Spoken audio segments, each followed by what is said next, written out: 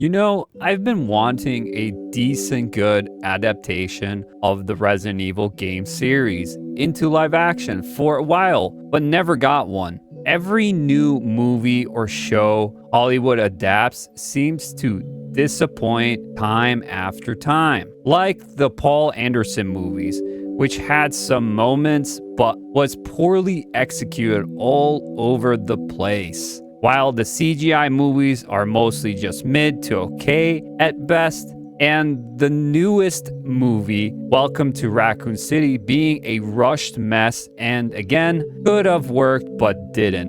Am I forgetting another one?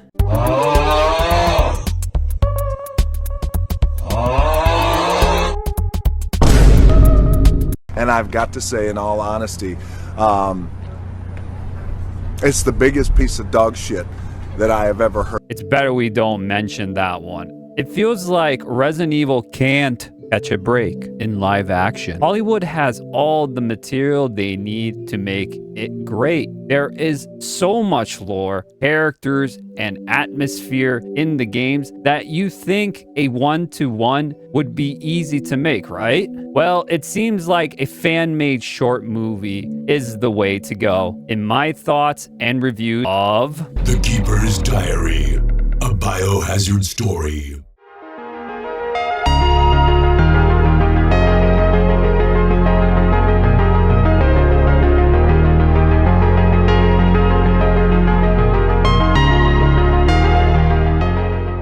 This fan movie is created by passionate fans and creators that understand the essence of Resident Evil. They created a true vision of what their version would be of the game in live action. All of the Resident Evil community and creators came together to work on this project to show how passionate they are and to show it how it can be done. The whole film can be watched on the Residents of Evil channel, which they have been making great content. Highly recommend checking them out. I'll leave a link to the movie and channels down below. Now, the movie was directed and written by Andrew Solo, and as well many more talented people too. So generally, The Keeper's Diary, a Biohazard story, is a adaptation of the iconic diary entry of the same name, found in the classic Resident Evil 1996 and its remake in 2002. The diary is written by an Umbrella researcher, so coming to a deadly viral outbreak in an underground research facility. In the game, I really liked this small segment. It really had a lot of detail and impact on how crazy and disturbing on what was going on with the scientists working there. You imagine what you read in the game, but never saw it happen. Well, now you can see it get fleshed out in action. Starting with the atmosphere or tone, which is key element on how you make this world believable in a survival horror setting of the game, which I have to say was really well done overall. The opening set piece of the forest and the mansion with Jill getting in the Keeper's room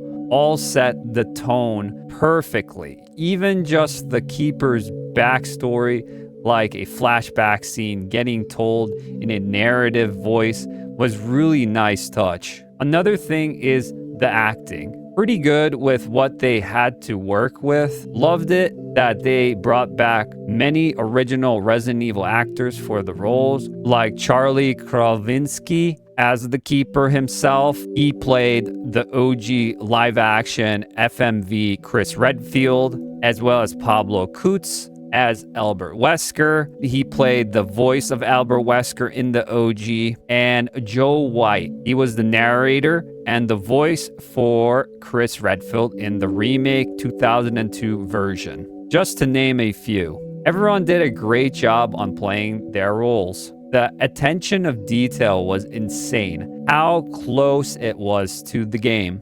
to location or backgrounds, characters, accurate looks, story beats from the diary, music and tone, and of course, the gore and disgusting nature of turning into a zombie. Also, I have to compliment on how good the CGI hunter looked. No joke. Looks better than most million-dollar big budget movies with CGI that comes out of Hollywood even today. That really did surprise me. Another is the poker scene, which was pretty cool. Reminded me of a Casino Royale James Bond movie. As you can see, I enjoyed myself with the movie pretty much. But I can also have some critique. Not many, just things I would have wanted to see or changed. I know this whole project was on a limited budget, so that could be why some things couldn't have been expanded on. I wish they showed a part where the keeper scientist escapes the mansion outside,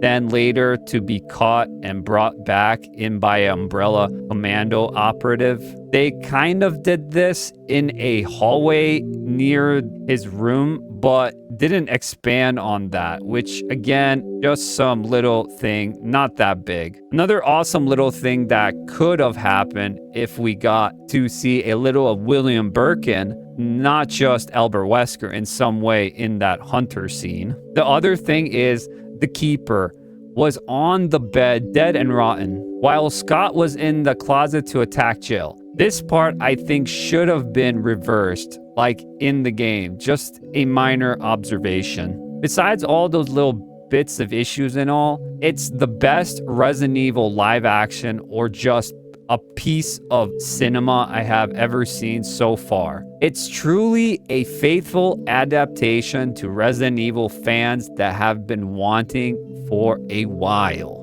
Even though it's just a short taste of what could be if Hollywood listened. Like, look at this format. I could see it working easily as a show or a series on a streaming service. This felt like an episode that really could work, no joke.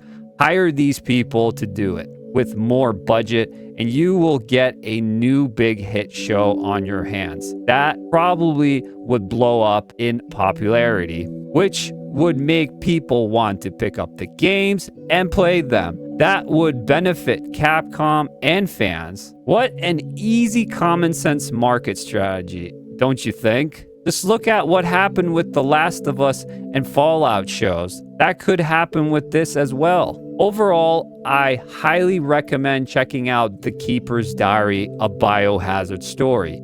If you're a fan or not, it's finally something that feels like Resident Evil. And I hope to see more from Andrew and the RE creator community moving forward. Keep on showing Hollywood how it's done with the passion and love of these stories. Thank you for watching and listening this long. And if you didn't like what you heard, I still thank you anyway.